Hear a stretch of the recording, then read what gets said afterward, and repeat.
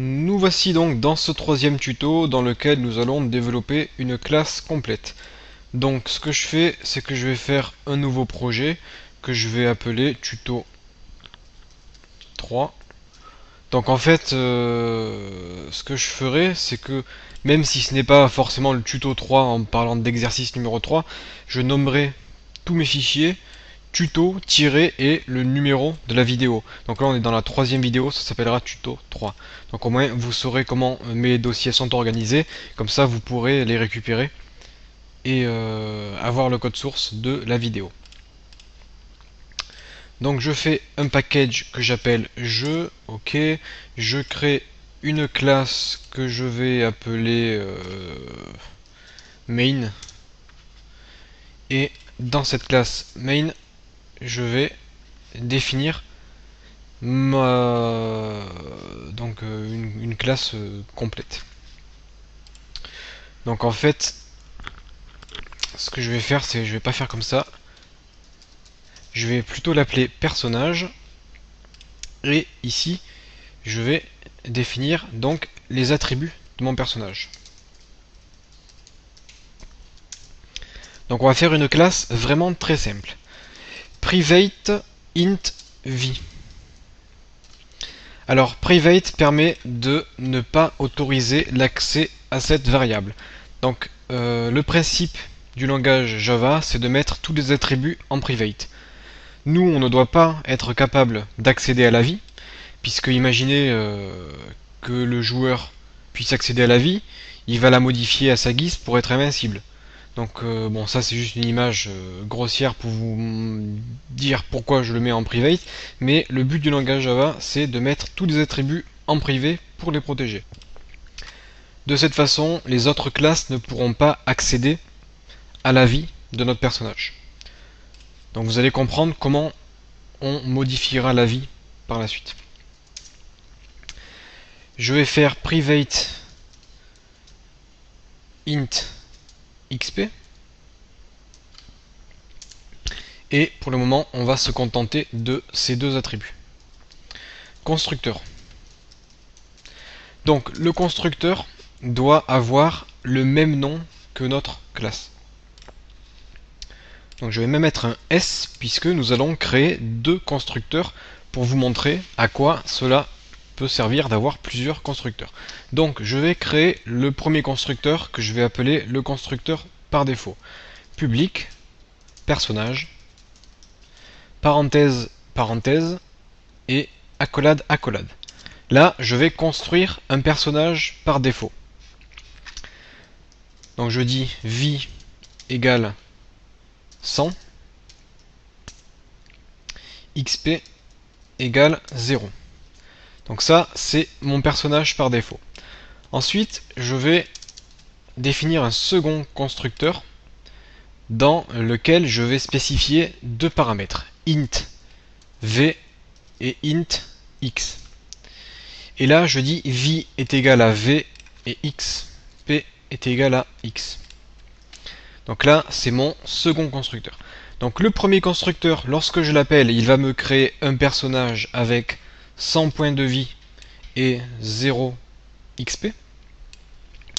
Et mon second constructeur va me permettre de créer un personnage dans lequel je vais pouvoir spécifier la vie et l'XP. Vous verrez un peu plus tard comment cela fonctionne. Je vais maintenant créer les assesseurs.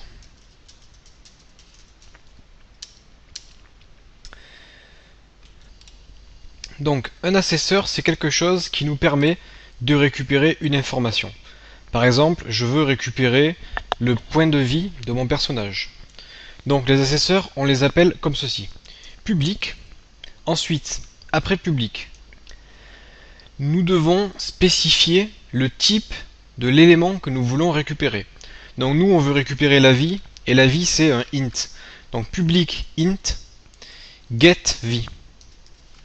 Donc get, c'est pour, en anglais ça veut dire récupérer, donc avoir, récupérer vie. Donc on va nommer tous nos assesseurs get quelque chose. Donc public int get vie. parenthèse, parenthèse, accolade, accolade. Et on va utiliser le mot-clé return. Return qui nous permet de nous retourner une valeur. Et nous, qu'est-ce qu'on veut obtenir? On veut récupérer vie.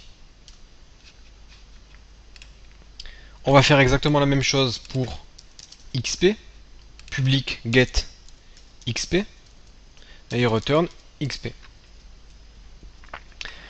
Donc comme vous pouvez le voir, je marque get en minuscule et je mets un V majuscule à vie, pareil pour XP.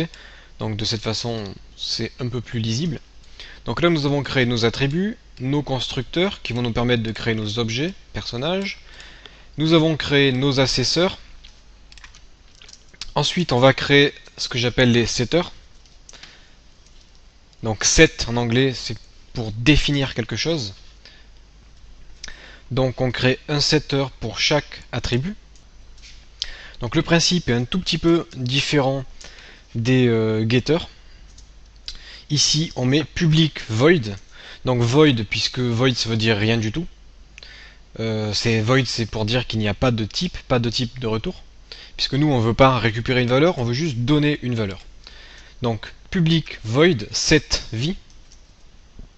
Et entre parenthèses, je marque int v. Donc int v, ça veut dire que je passe en paramètre un int. Donc vous pouvez mettre ce que vous voulez, vous pouvez marquer n'importe quoi à côté. Moi je marque v pour que ce soit le plus simple possible. Ce qui est important, c'est surtout de spécifier le bon type que l'on doit attribuer. Et je dis v égale v. CTRL S pour enregistrer. Et donc, grâce à cette méthode, je vais pouvoir définir la vie de mon personnage. Je vais faire pareil pour l'XP. Set XP et je dis XP égale tac. Donc, au tout début de cette classe, je vous avais dit que on mettait nos attributs en private. Ça veut dire que nous, on ne peut pas y accéder. Par contre, toutes les méthodes qui se trouvent dans notre classe peuvent accéder aux attributs privés. Donc si je veux récupérer ou modifier ma vie, j'utiliserai getV ou setV. Donc voilà comment fonctionne le langage Java. Donc après, si vous le voulez, ça peut être utile pour vous qui débutez, vous pouvez mettre des commentaires. Donc par exemple, vie du perso. Vous pouvez par exemple dire renvoie la vie.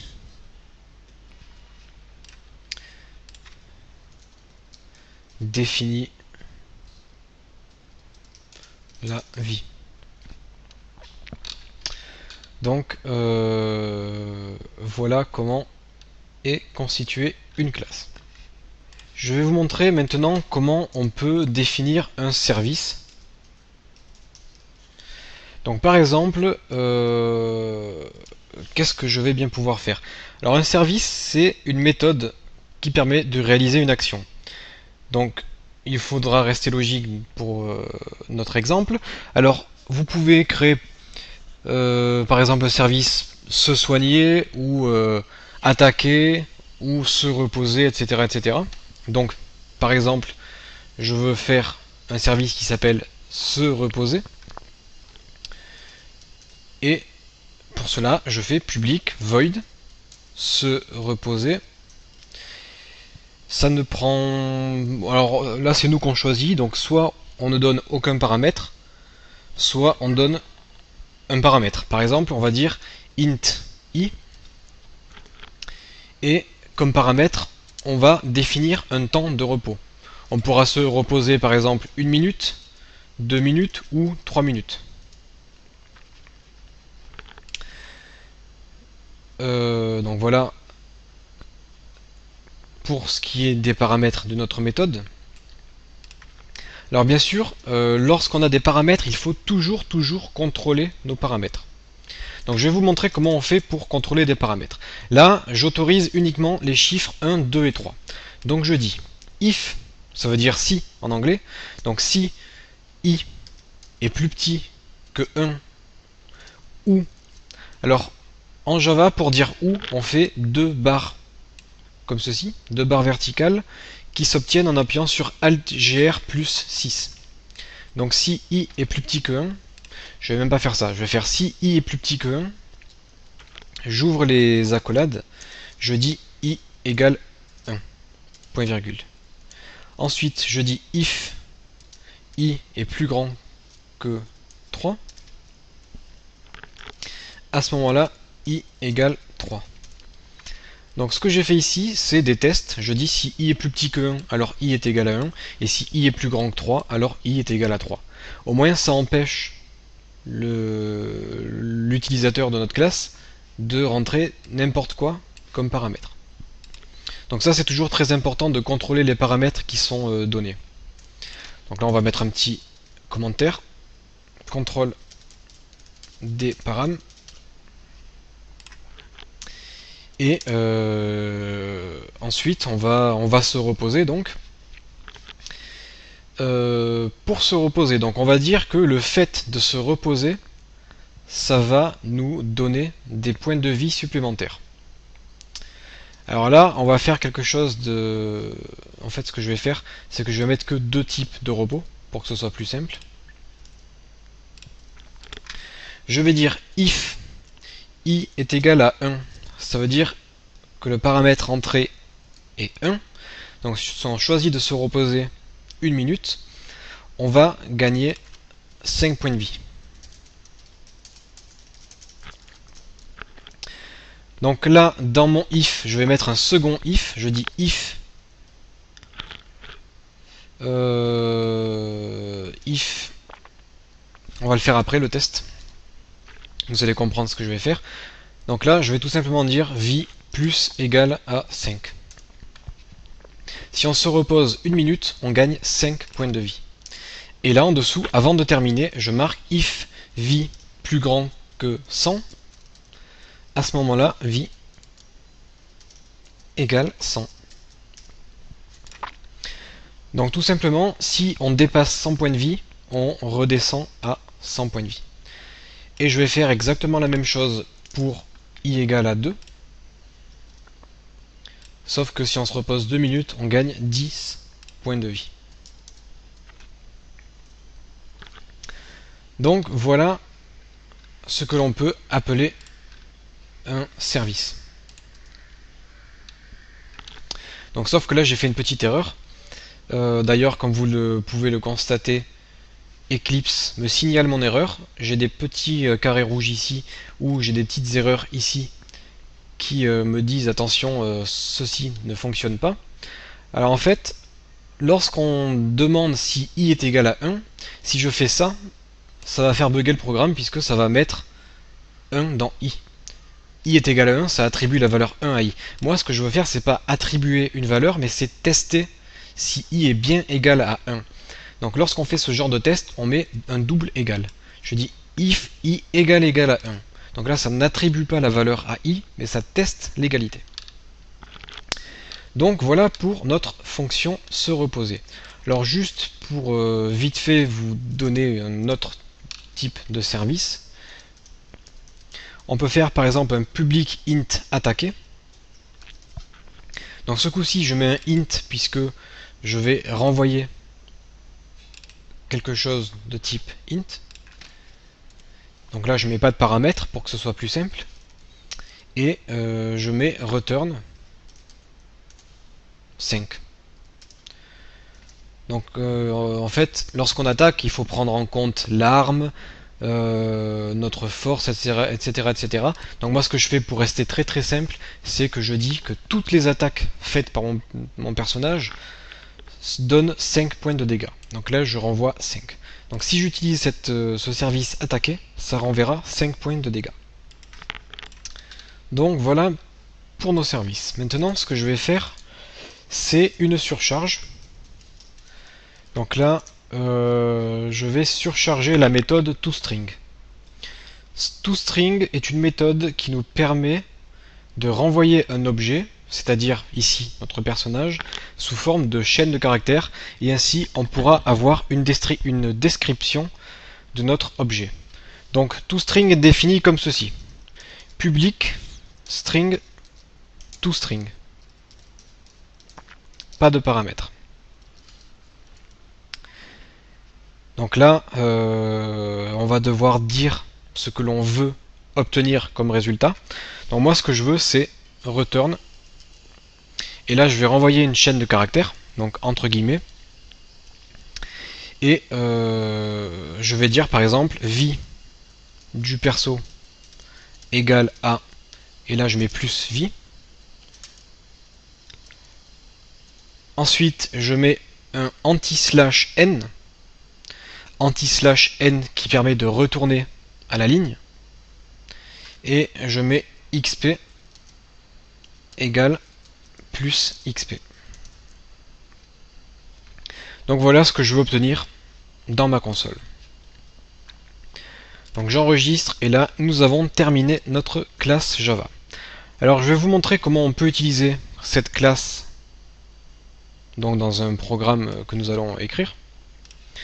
Je vais créer une nouvelle classe que je vais appeler main. Donc cette classe main contiendra la fonction main.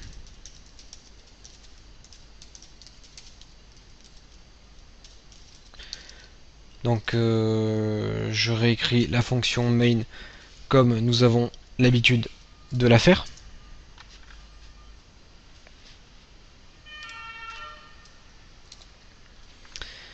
Et donc voilà pour ma fonction main. Donc comme ma classe que j'ai appelée main se trouve dans le même package que la classe personnage, j'ai accès à personnage. Donc ça veut dire que je vais pouvoir utiliser ce que j'ai fait dans personnage ici. Alors comment on fait pour créer un personnage?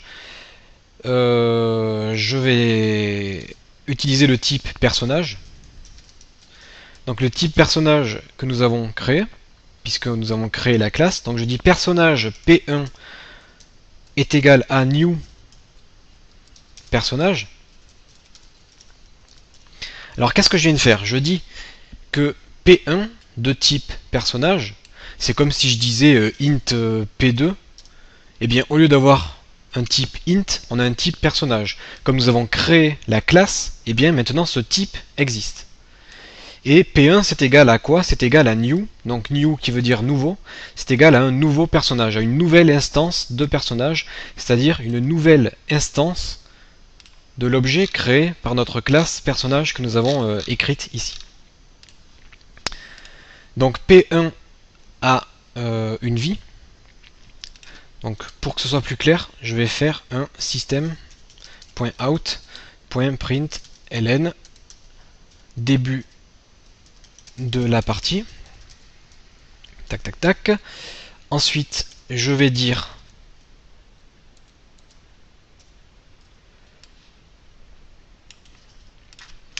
création du personnage. Donc là, on crée notre personnage. Ensuite, ce que je vais faire, c'est que je vais faire p1.toString. Donc vous voyez, toString existe. Donc là, je mets p1.to et Eclipse me propose une méthode. Donc les méthodes qui commencent par to. Donc si je double-clique ici, ça m'appelle la méthode toString que nous avons créée. Donc là, je vais afficher mon personnage.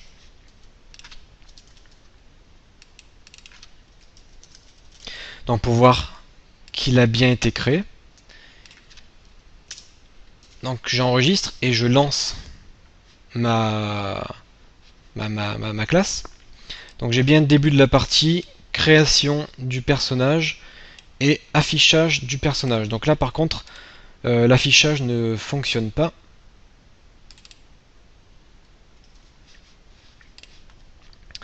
Ce que je vais faire, c'est que je vais copier tout ça et je vais le coller dans ma classe en dessous. Voilà, je vais voir ce que ça donne ici, d'accord. Donc ce que je vais faire, c'est que je vais faire un system.out.println et entre parenthèses, je vais dire p1. getVie.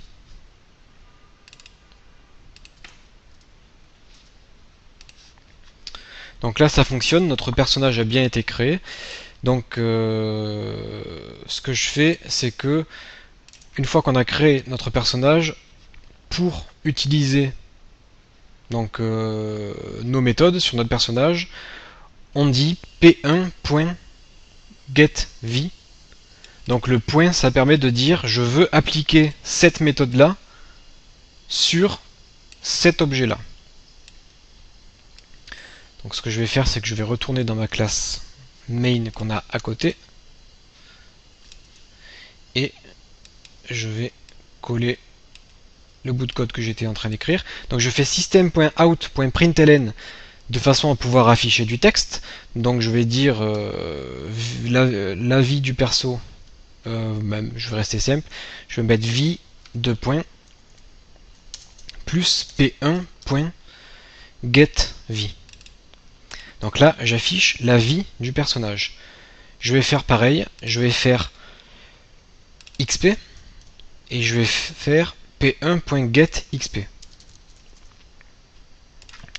Ensuite, pour voir si notre classe fonctionne bien, je vais faire un system.out.println et je vais dire votre personnage se fait attaquer.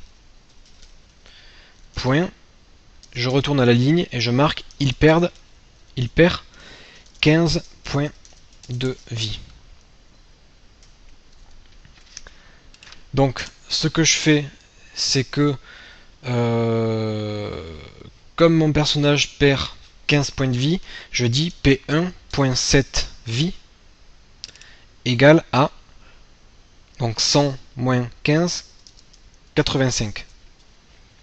Là, je vais réafficher la vie et l'XP. Ensuite, je vais faire un system.out.println et je vais marquer votre personnage se repose 2 minutes. Je dis p1.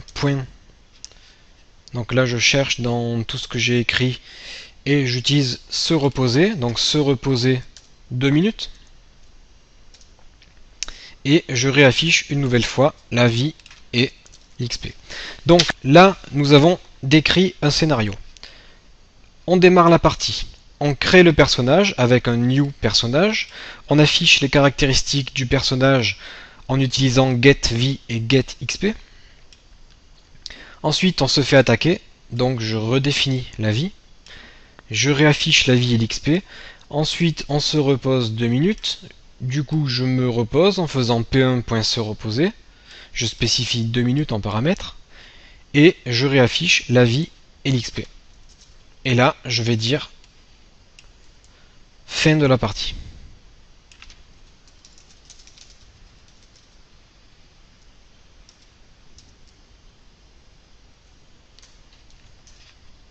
Donc on va voir si tout se déroule comme prévu. Je lance la fonction. Donc là on a une erreur. Donc là a priori il ne trouve pas la fonction main. Je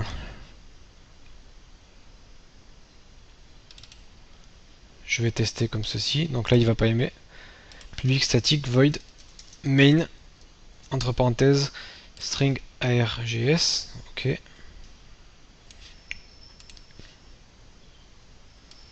Donc j'exécute mon code et on voit bien le scénario qui se déroule. Donc début de la partie, création du personnage, on affiche le personnage.